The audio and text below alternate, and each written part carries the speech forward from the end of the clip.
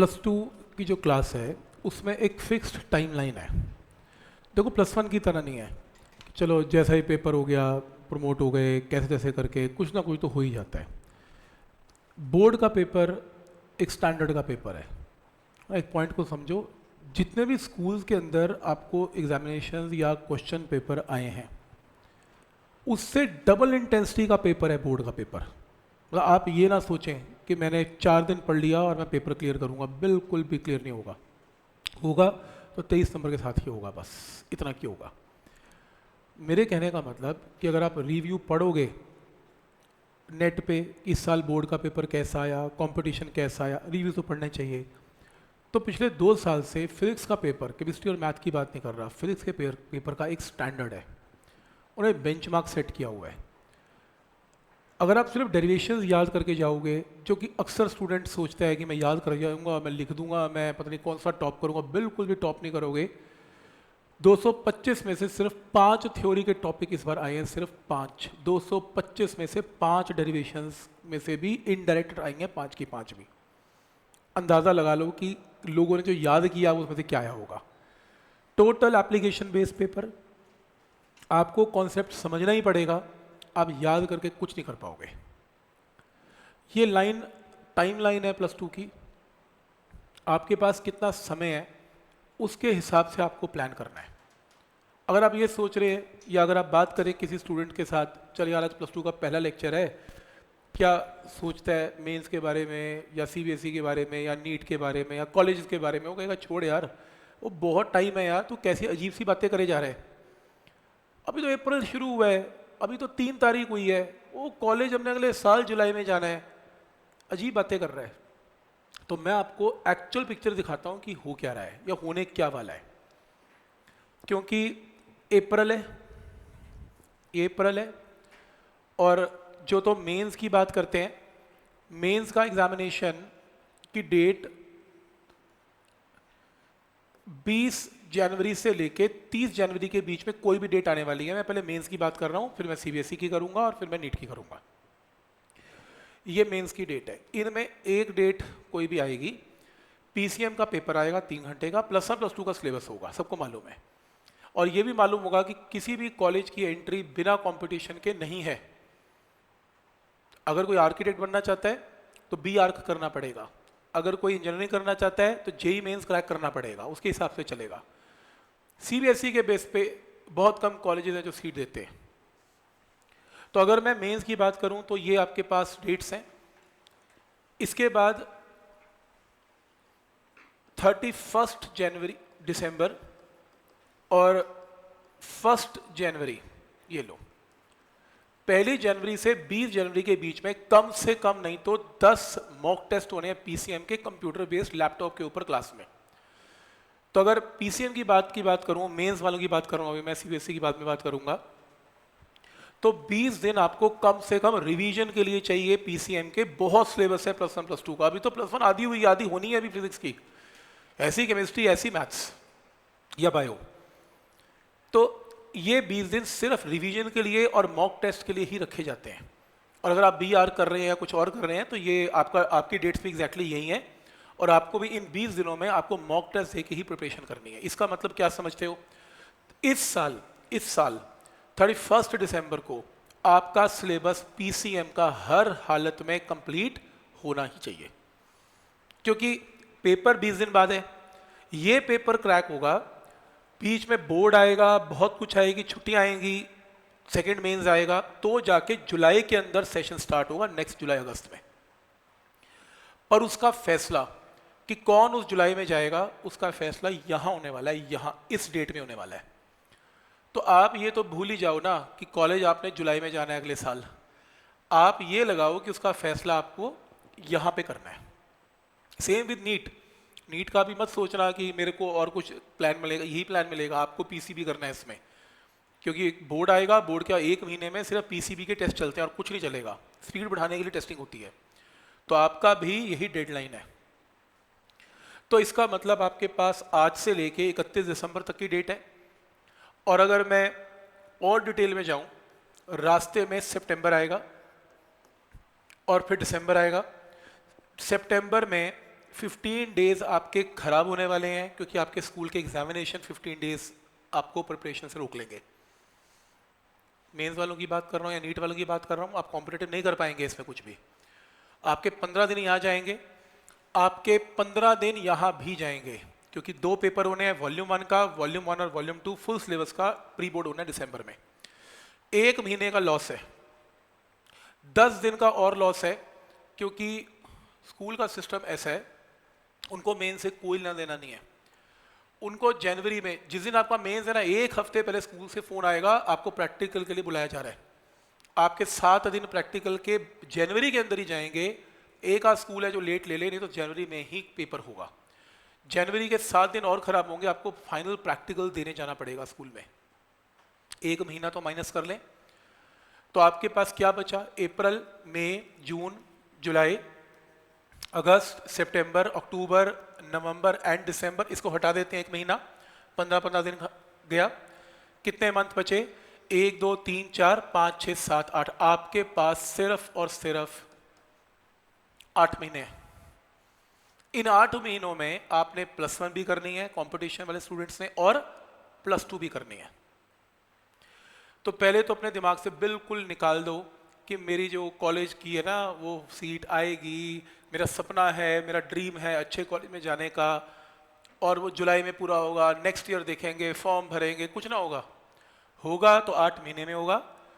8वें महीने शुरू करोगे कुछ नहीं होगा। दिसंबर में शुरू करोगे, जनवरी में पेपर क्लियर नहीं हो सकता। ये तो मेरे से लिखवा लो अभी के अभी। पॉइंट समझ में आ रहा है यहाँ तक? ठीक, आपको ना प्लान बिल्कुल सही पता होना चाहिए आपको करना क्या है। अदरवाइज होता क्या है, क्लास स्टार्ट हुई, वो कर लेंगे, हम तो कर ही लेते हैं। हमने देखा +1 भी 4 दिन में कर ली, +1 भी आखिरी महीने में। कुछ ना होगा कंपटीशन में। सीबीएसई में 1 महीने में बहुत कुछ हो सकता है, लेकिन कंपटीशन के अंदर 1 महीने में होना थोड़ा मुश्किल है, थोड़ा नहीं, इम्पॉसिबल है। तो 8 महीने आपके पास हैं, ये याद रखना। ये मैं कहानी सुना रहा हूँ मेंस और नीट की, और मैं इस कोर्स को ऐसे चलाऊंगा। सबसे पहले मैं अप्रैल से शुरू होऊंगा। 1 सितंबर को किसी भी हालत में कुछ भी हो जाए, आपका +2 का वॉल्यूम 1 मुझे कंप्लीट करना ही है, क्योंकि 1 से लेके 15 के बीच में आपके स्कूल के एग्जामिनेशन है, और उसमें वॉल्यूम 1 ही आएगा। बिल्कुल कॉम्प्रोमाइज़ नहीं, हर स्कूल वॉल्यूम 1 ही देगा, तो वॉल्यूम 1 तो क्लोज करना ही पड़ेगा। 1 से लेके 15 तक की स्पीड स्लो करेंगे। आपके यहाँ पर एग्ज़ाम्स हैं, या जिनके स्कूल के एग्ज़ाम है स्कूल के एग्ज़ाम देंगे, बाकी लोग यहाँ कुछ ना कुछ रिवीजन या कंपटीशन का काम करते हैं। 15 दिन के अंदर स्पीड स्लो करके 15 सितंबर से फिर से स्टार्ट होता है, और ये 25 नवंबर तक चलता है। +2 की बात हो रही है, वॉल्यूम 2 कंप्लीट हो जाएगी। ये कोर्स 25 नवंबर को कंप्लीट होगा।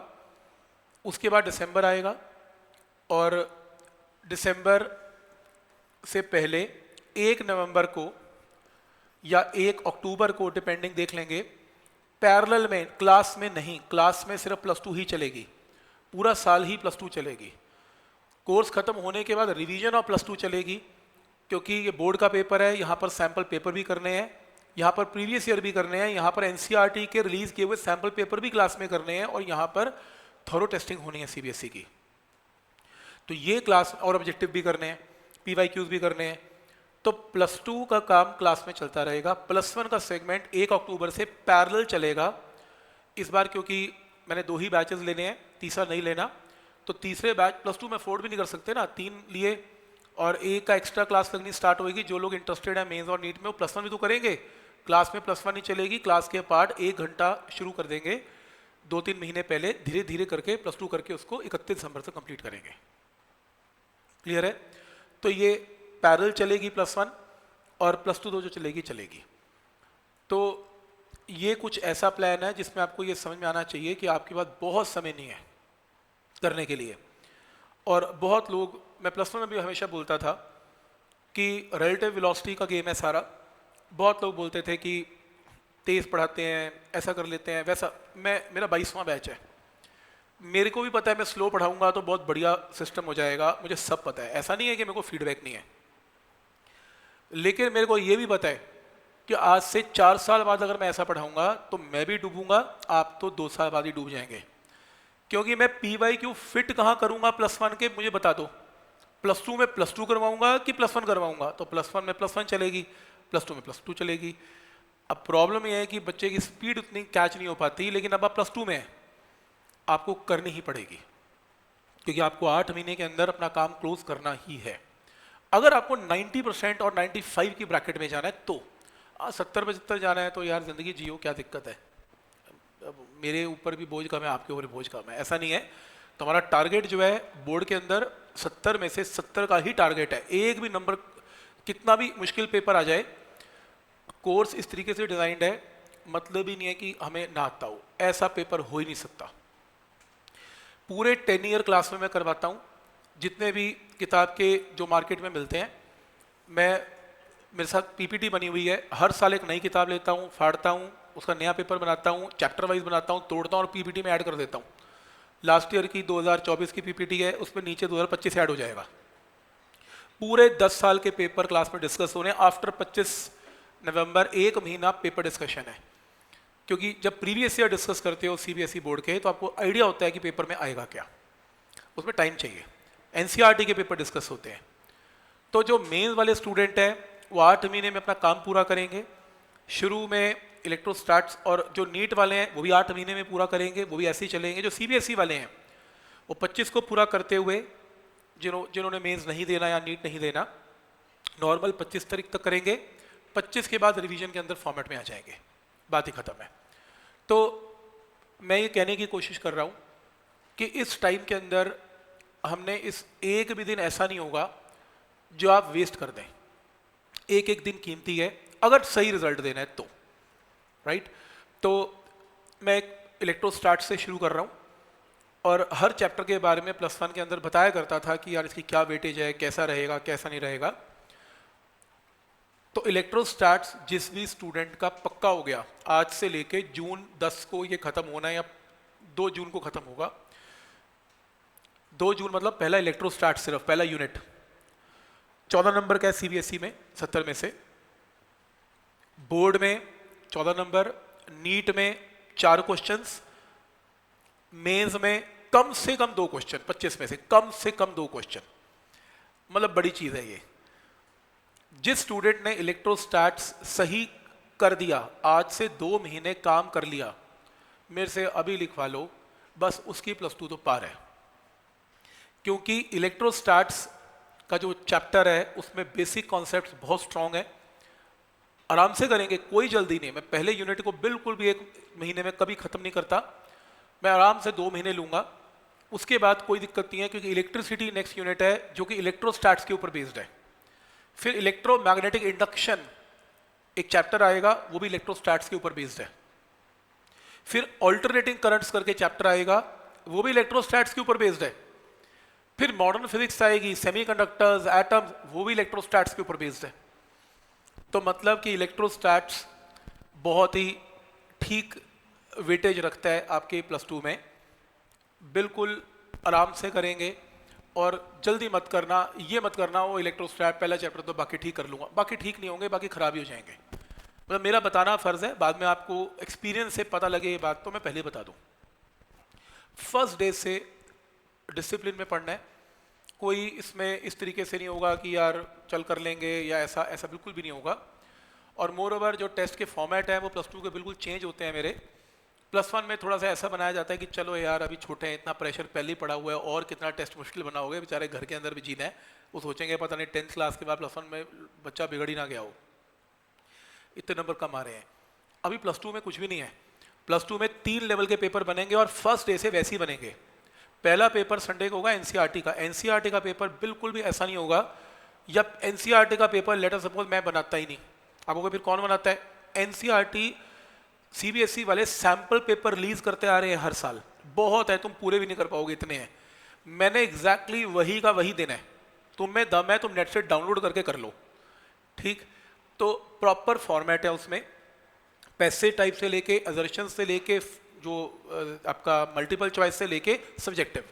तो 1 घंटे का बिल्कुल थॉरो टेस्टिंग है। एक टॉपिक में कोई क्वेश्चन ऐसा हो नहीं सकता जो उसमें पढ़ा नहीं होगा, राइट। तो ऐसा नहीं है कि मैंने 4 क्वेश्चन दिए आपने कर दिए, ऐसा बिल्कुल भी नहीं है उसमें।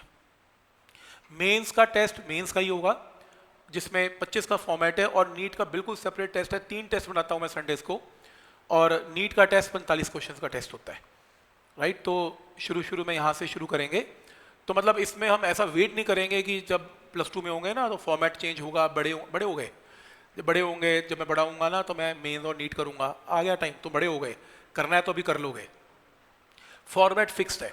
जो लोग सिर्फ एनसीईआरटी देना चाहते हैं मुझे पहले ही बता देंगे, वो मेंस का नहीं देंगे, उनके लिए फिर एनसीईआरटी का पेपर ही वैसा डिज़ाइन होना है, लेकिन पेपर तो होगा ही होगा ऑब्वियसली। तो मेरे कहने का मतलब कि ये जो प्लान है ये इस तरीके से चलने वाला है, और इसमें आप ही को यार थोड़ा तेज़ काम करना पड़ेगा, मतलब आराम आराम से करोगे तो पहले अटेम्प्ट के अंदर आपको मार्क पड़ेगी ही पड़ेगी, 100% पड़ेगी। पॉइंट समझ में मेरा बताना फ़र्ज़ है कि इस तरीके से प्लानिंग में करोगे तो एवरेज स्टूडेंट भी, जिसको ये प्लान पता है, वो एवरेज स्टूडेंट भी बढ़िया रिजल्ट देके जाएगा पहले अटेम्प्ट में। और अगर ये किसी को पता नहीं है, वो तो आराम से मस्ती में घूमेगा, वो कर लेंगे, अभी तो यार तो स्टार्ट हुआ है कोर्स, उसको यही नहीं पता कि अभी स्टार्ट हुआ, अभी 8 महीने बाद कोर्स खत्म होने को आने वाला है, और 8 महीने कुछ भी नहीं होते, सबको पता है, ठीक। तो PYQ जो भी करने हैं वो साथ साथ ही चलेंगे, बिल्कुल भी लेट नहीं होगा। और डाउट सेशन तो दिन में चलो 12 से 2 लगेगा, जिसको क्योंकि थर्ड बैच नहीं है तो उसका एडवांटेज उठाएंगे, जो समस्या होगी वो मॉर्निंग फर्स्ट हाफ में उसको क्लियर करेगा, ठीक है। तो करें स्टार्ट, पहला चैप्टर +2। तो यहाँ से स्टार्ट करते हैं इलेक्ट्रोस्टैटिक फोर्स से।